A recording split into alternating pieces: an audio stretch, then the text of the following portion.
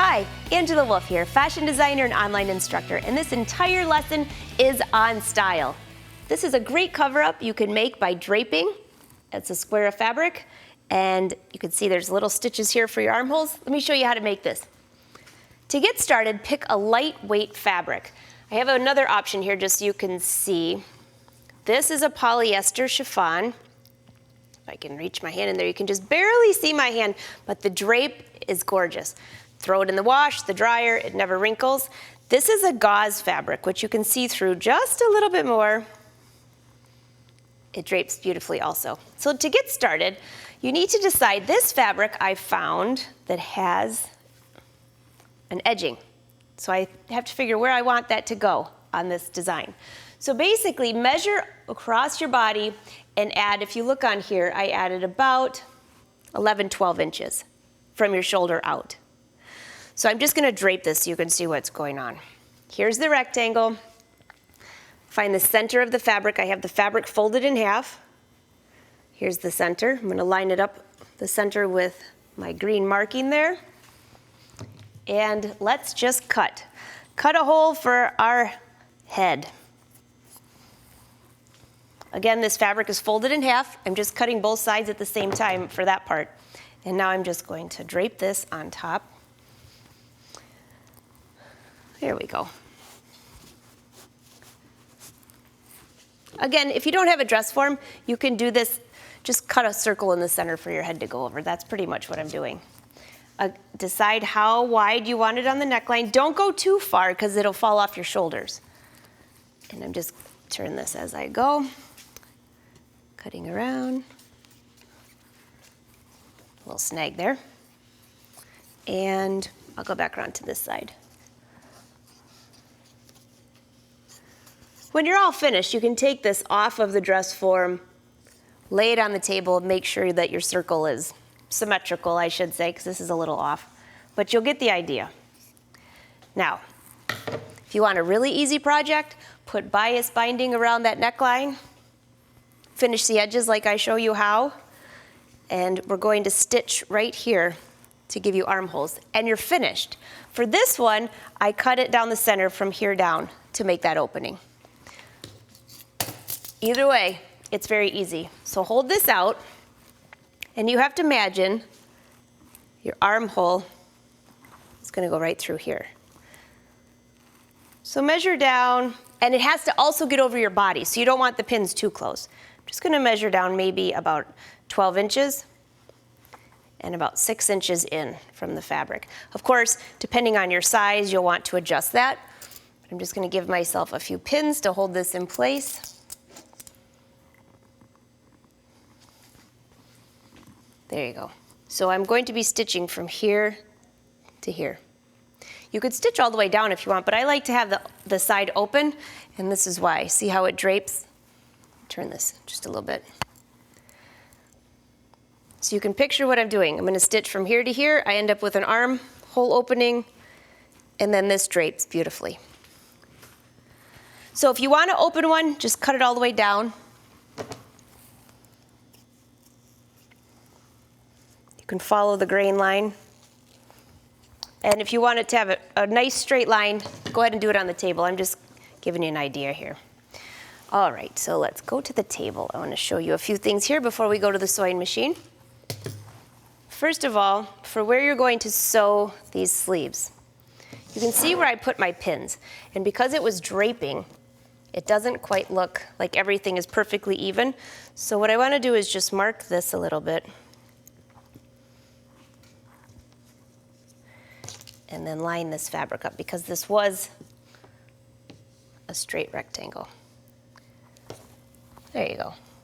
So this edge lines up a little bit better.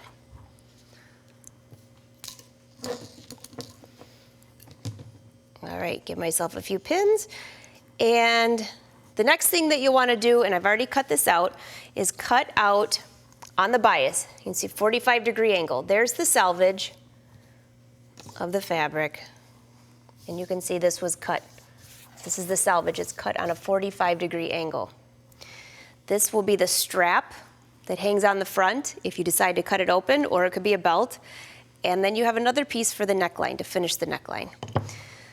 So for the neckline part, you want to take this and press this fabric in half. I think I have it cut about 2 inches wide. That's a pretty safe bias trim. Fold it in half, give it a little pressing, and prep it to be attached to the neckline. And I'm just going to show you little parts that make the sewing of this project easier. I'm not going to sew the entire thing. You'll get the idea. So there's the bias. I have it folded in half and pressed. The next thing that you would want to do is go to the top, and I'm just going to do another little section here for you to see. And to finish the edges, you have a few options. You could run it through the serger with a 3-thread overlock, or I'm going to turn in the raw edge about 1/4 of an inch to a 1/2 inch, depending on what your fabric is. Give it a pressing, and then turn it in another. Looks like I used actually more about a 1/2 inch. Turn it a little bit more, and I'm going to do that all the way around the sides, the bottom, and the center front edge. Because it's all a straight rectangle. It folds in perfectly. So I'm just going to do a little section there. Let's go to the sewing machine and I'll show you the rest of this. All right, I have a straight stitch on here, set to, depending on your fabric, this one's a 2.5 stitch. So first I want to show you how I finish the edges of the entire garment. I've already folded it and pressed it for you. Simply line up your needle right on the edge of that fold here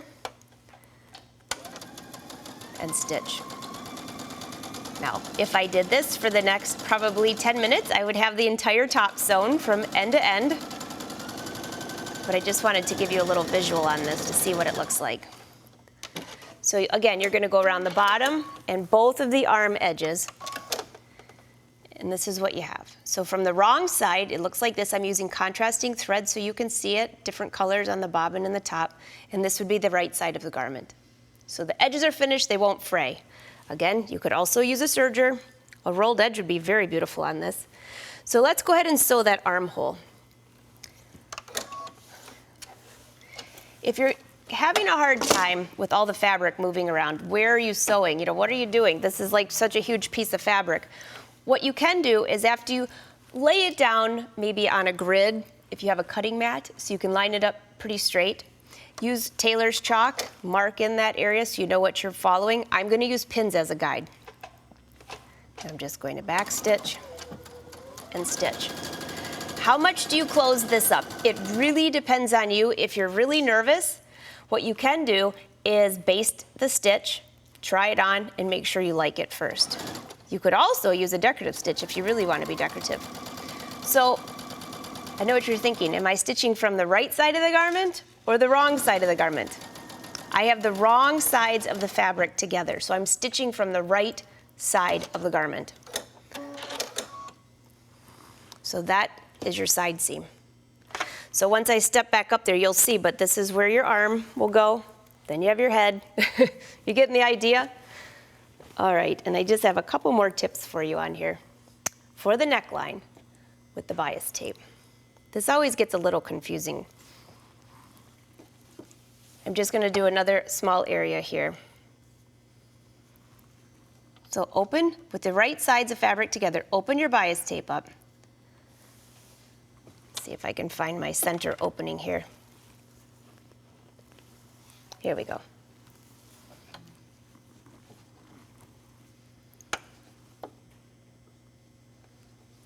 So this would be my center front. I'm leaving that open. If you have a closed neckline, go ahead and close that bias binding. You're going to attach it just like you would on a blouse or something.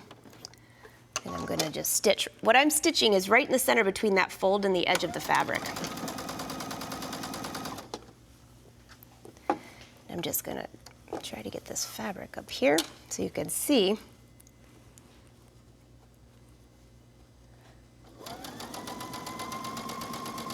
This fabric's a little slippery.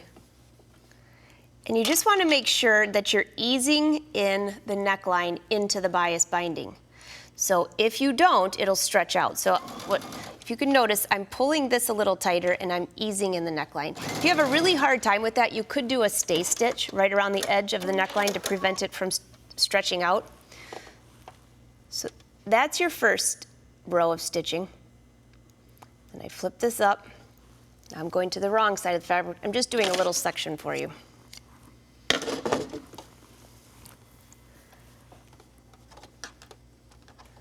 Fold this in again. And you can make this as narrow as you want. It's your choice for what your taste is. What I'm doing is I'm folding this in, stitching right on the edge. So I'm stitching one edge. You can see my previous stitch line right on the edge of that. So actually both sides are going to look fantastic. And when you get to the end, I'm just going to cut off a little bit here because I started in a little bit too far. When you get to the end, you can just tuck your fold under. Now I would probably press this, but I'm just going to tuck it under so you can see what's going on. Get my fingers out of the way.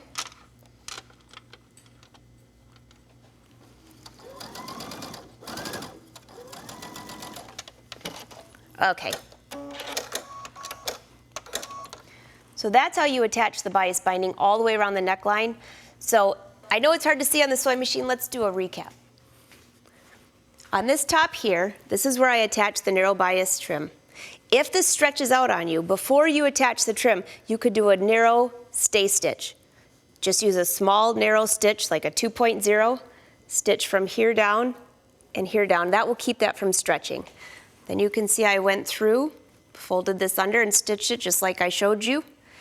At the corners, I just folded it over and kept stitching all the way around. So this went all the way around the edge, the back, pretty easy. And then this area here, this is where I stitched the seam. So you can put your arm and you have a little break. So that's how simple it is to make a kimono.